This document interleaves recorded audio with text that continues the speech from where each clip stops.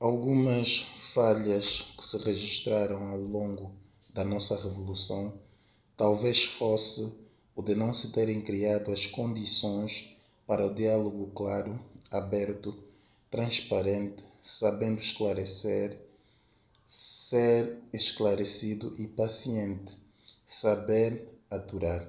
Companheiros de luta com iniciativas, mas quando a sua pessoa ou fisionomia ou a sua voz não agrada aos presentes, já despeitados, antes de o homem começar a expor, aparecem outros que interrompem e abafam, fazendo morrer uma ideia que poderia ser útil e, quem sabe, uma solução aos que nasceram pensando ser os melhores em todos os momentos, ocasiões e circunstâncias da revolução. A sua ideia tem de prevalecer, mesmo que só para si evoque o centralismo democrático, descentralizando todos os outros da reunião. Também há aqueles que ouvem o companheiro apenas para o não melindrar, quando se deveria analisar o conteúdo da sua iniciativa e dar-lhe um conselho, calados. Estou na página 78 do livro O Ministro, de Wenga Chito, que, como foi prometido no vídeo anterior, vamos passar a analisar capítulo por capítulos. Lembrar que este livro, O Ministro, é dividido em 14 partes. Eu não vou chamar de capítulos, como eu já disse no vídeo anterior, é uma escrita fragmentada e há aqui também uma coexistência, digamos, de textos que podem pertencer a gêneros diferentes. Então, nós estamos na primeira parte, digamos, na segunda parte, porque a primeira parte são as dedicatórias. Nessa segunda parte, ele traz uma introdução, traz um prefácio e depois evoca algumas memórias. Na introdução, ele vai falar mais ou menos de forma geral, quer na introdução, quer no próprio prefácio, sobre o processo de construção desse livro, a quem se destina e etc. Né? Se calhar não quis uma introdução tão longa. E na introdução, o que é que nós vamos destacar?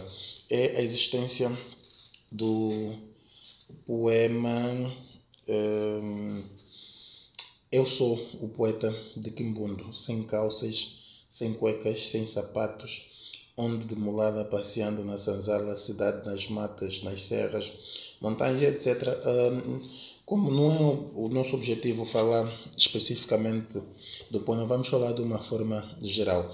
Ele publicou inicialmente, como já dissemos no vídeo passado, este poema na revista Angolense, no seu número 105, em 1976. E tratou-se de um poema em que ele indiretamente nada, diretamente atacava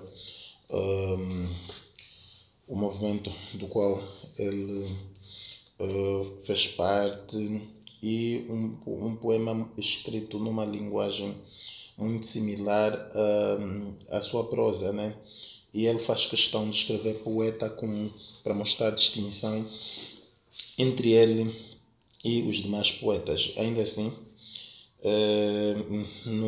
foi alvo de crítica, né? Para se referir da qualidade artística da sua obra. Então, o que hoje nós vamos falar aqui, nós começamos a efetuar uma leitura para falar sobre o processo de constituição do MPLA. Né? Processo de constituição nada, das fraturas, das lutas internas dentro do próprio do próprio movimento MPLA, do qual ele fez parte, e ele fala ou faz essa abordagem nesse capítulo segundo, num subtítulo evocando memórias. Evocando memórias. A primeira questão que eu quero levantar aqui é se estamos efetivamente diante de uma obra literária. Eu já expliquei que, de um modo global, essa obra tem de entrar no domínio da literatura e só por isso nós estamos a trazê-la cá. Nós não somos politólogos nem sociólogos, fazemos crítica literária e é movido por essa crítica que nós decidimos ler O Ministro. Então, a memória, o que é que acha? Depois pode escrever no comentário. A memória é um gênero literário ou não? Olha,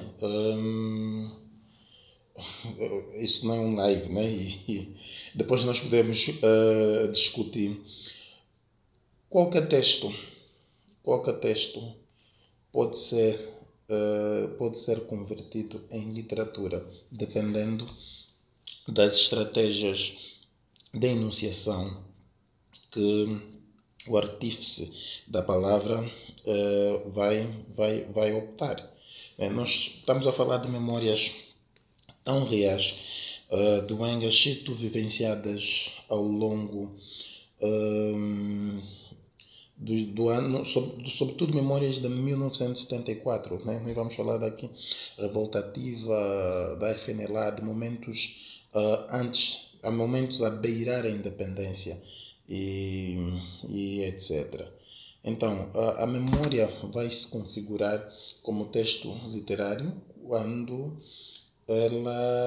nela se notarem elementos que conformam, que configuram as características de um texto literário. Um general pode escrever um livro de memórias de guerra, vai ser simplesmente memórias, embora nós já sabemos que livros escritos por essas personalidades históricas têm quase sempre uma dimensão ficcional que resulta desse processo de aprimoramento, de apimentação, se assim podemos dizer, de tempero para tornar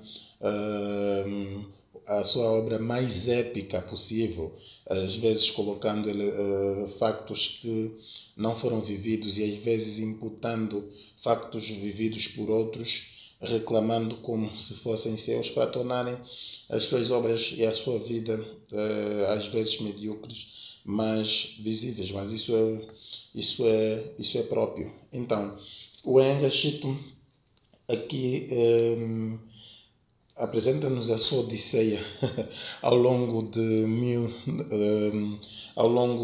dos anos que beiram a independência nacional, as suas discussões internas com os colegas, né, do partido político MPLA. Antes de chegar aí, eu quero destacar a importância da leitura para a compreensão da nossa escola.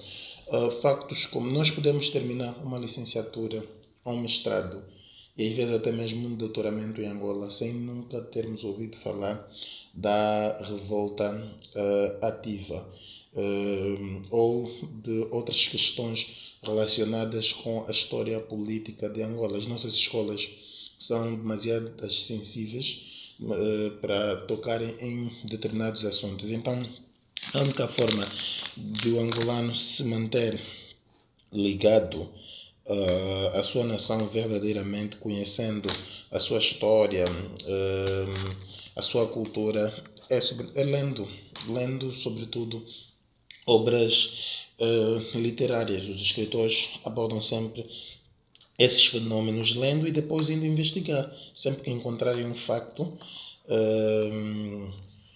vão procurar saber, um facto político importante, vão procurar saber através da consulta se não será real. Eu tenho certeza absoluta que grande parte dos estudantes até no ensino superior nunca ouviram falar da revolta ativa, não sabem absolutamente nada sobre a revolta ativa. E vocês vão ter de investigar, porque vou falar tanto sobre o assunto. O meu objetivo aqui é fazer com que vocês leiam sobre tudo.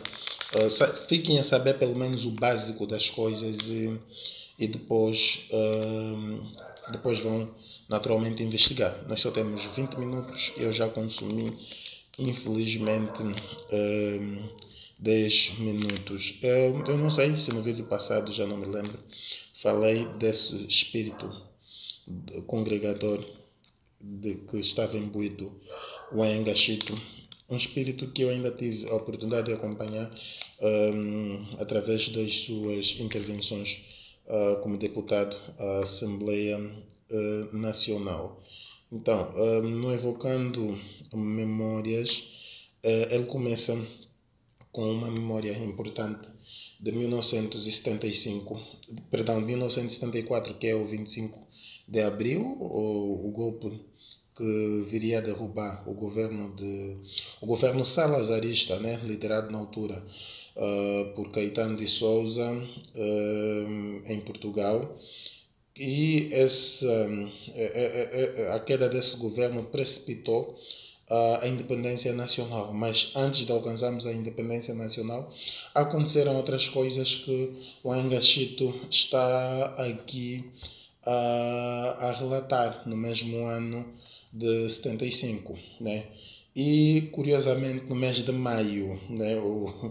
Infelizmente parece ter algum problema, ou Embela ter algum problema com o mês de maio, né? A 11 de maio, segundo as nossas leituras, eu não estava lá, naturalmente, deu-se então a chamada revolta ativa, que visava, na verdade, reivindicar a democracia interna, né? Interna, passa a redundância, dentro do movimento MPLA. Então, mas vocês leem, o que nós vamos aqui falar é como é que o Engashito se relaciona com isto. São memórias, não sei se são memórias fiéis, ou o ministro tem dessas, né? Esse livro, o ministro tem dessas, nos confunde se são completamente ficções, ou às vezes nós não sabemos quando é que, mas parecem-me memórias reais. Então, esse espírito congregador de que vos falava fez com que o Engashito, numa reunião sugerisse aos seus companheiros que entrassem em contacto com os homens da revolta ativa para poderem travar um diálogo, né? E eu comecei aquela leitura falando da falta de diálogo como problema, ou como a gênese dos grandes problemas em Angola, da incapacidade de dialogar. Não, a revolta ativa nasce no seio do MPLA, né? Nasce no seio do MPLA, mas o Engashito não sugeria apenas um reencontro ou uma conversa, porque ele temia que os movimentos, a própria revolta ativa e outras forças que se estavam a criar entrassem para o período para Angola independente em conflito, né? Ele temia que isso pudesse acabar em situações catastróficas, e um facto que depois veio se confirmar, né? As principais forças políticas entraram em guerra. Alguns membros da revolta ativa deveriam a ser mantidos em prisões, e passaram-se anos, problemas internos continuaram, culminou no 27 de maio de 1979, que é um episódio bastante sangrento que todos gostariam de esquecer, mas ela continua a fazer eco na vida dessas pessoas. Então, o que é que motivou o Engashito a travar esse diálogo? É o seu espírito humanista, né? Travar diálogos com a Revolta Ativa, com a FNLA e com a própria UNIT. Ele propunha isso tudo, que os movimentos entrassem para a independência de forma pacífica. Essa reunião foi uma reunião muito complexa em que ele se viu como o único a ter tal opinião. Mas depois de terminada a reunião, algumas pessoas vieram ter com ele, elogiando a sua coragem e sugerindo que ele pudesse, na verdade, dar continuidade. O Enga-Chito, quando esteve detido em Tarrafal, Santiago, dividiu celas com pessoas de diferentes movimentos. Isso também pesou na sua decisão, mas ele precisava compreender que o substrato ideológico sempre falou muito alto. Estávamos numa altura de efervescência, né, que as ideologias pesavam muito e continuam a pesar na nossa sociedade. As ideologias são convicções, né? Um conjunto de crenças muitas vezes interpretadas de forma religiosa pelos seus por aqueles que a defendem, né? E essa ideologia cega muito mais que a religião levou a esse estado de coisa que nós acabamos por viver depois da independência. O adiar do sonho angolano. Então, aconselhado por outros, ele vai então para Brazzaville, onde vai encontrar o nacionalista Lúcio Lara, que se mostrava solidário com ele, né? Mas tinha algumas reservas em relação aos contactos com a FNLA. Então, o que nós podemos dizer é que houve tentativas para que se estabelecesse diálogos antes da independência, antes de tudo desembocar numa guerra civil, numa guerra fratricida bastante sangrenta. Houve todo esse conjunto de iniciativas, mas infelizmente nós acabamos por aqui. Olha, esta parte dessas memórias, o Enga-Chito tenta depois colocar alguma pimenta para se transformar em literário, mas me parecem reais demais, né? Parecem reais demais, depois e parecem mais a estilo e quando ele tenta colocar elementos literários parece mais a transformar em ensaio, né? Um ensaio com alguns rasgos artísticos, e ele vai, por exemplo, para chegar a Brazzaville, ele usa um elemento da cultura, o Kyeng ou Kingle,